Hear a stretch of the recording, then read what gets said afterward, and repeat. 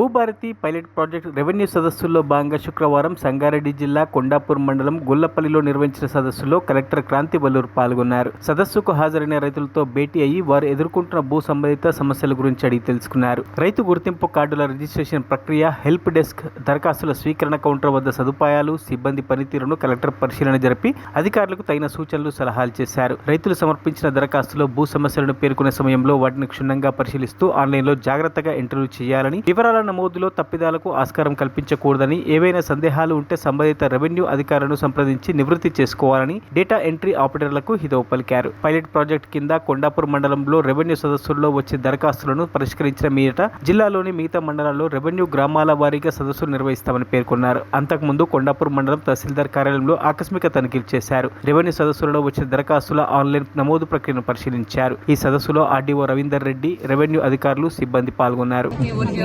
అన్ని 10 రోజులు ఎంక్వైరీ చేసి క్లోజ్ చేస్తారు. చూస్తారు ఒకసారి ఇది వక్ఫ్ నోటీస్ అయితే మాత్రం మనకు టీమ్స్ ఒకసారి ఇంట్రడ్యూస్ చేస్తుంది. డీటీసీ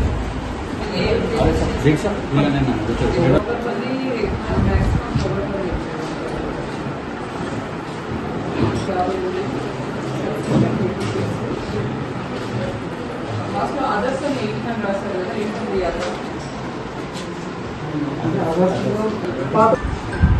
మరి ఈ రోజు నుంచి మీరు రికమెండేషన్స్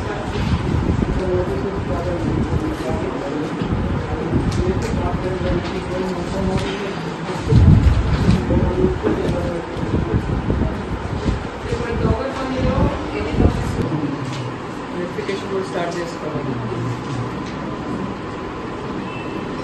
చెప్పండి. టోటల్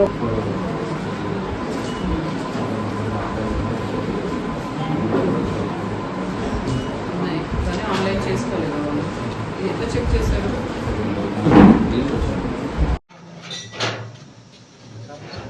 అంటే రికార్డ్ రూమ్ కొంచెం పెద్దగా ఉంటేనే వీళ్ళు మేనేజ్ చేయడానికి ఈజీగా ఉంటుంది. మరీ ఘోరంగా ఉంది.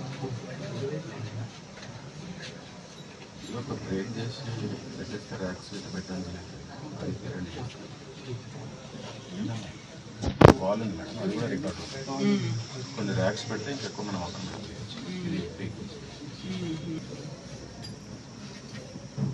కానీ ఎవరు కూడా ఇట్లా క్లాత్స్ అండ్ అవి చేయడం లేదు, తెప్పించుకొని మనం చెప్పినట్టు.